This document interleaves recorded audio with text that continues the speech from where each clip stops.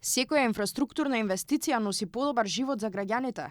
За 2 години се работи на повеќе од 300 инфраструктурни проекти, водоводи, канализации, пречистителни станици и систем за заштита од поплави.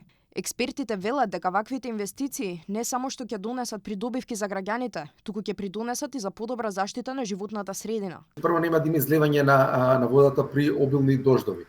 Значи тука нема да може да се нанесе директна штета како на стамбените објекти каде што живеат граѓаните во тие општини каде што се градат, а втората работа е што површините каде што се одгледуваат одредени земјоделски култури или каде што има производствени капацитети или некакви други капацитети, работни капацитети нема да се оштетат. Експертите сепак посочуваат дека на долг рок подеднакво важно е проектите соодветно да се одржуваат. Нема да се дозволи загадување на водата и сите оние отпадни со тие пречистителни станици, нема да се дозволи да се загадува водата и почвата, бидејќи со овие инвестиции во пречистителните станици сите тие отпадни вода ќе завршуваат на едно место и каде што ќе може да се преработат со цел да не се загадува покрај реките, второ да не се загадува почвата која е извор на храната која се произведува во тие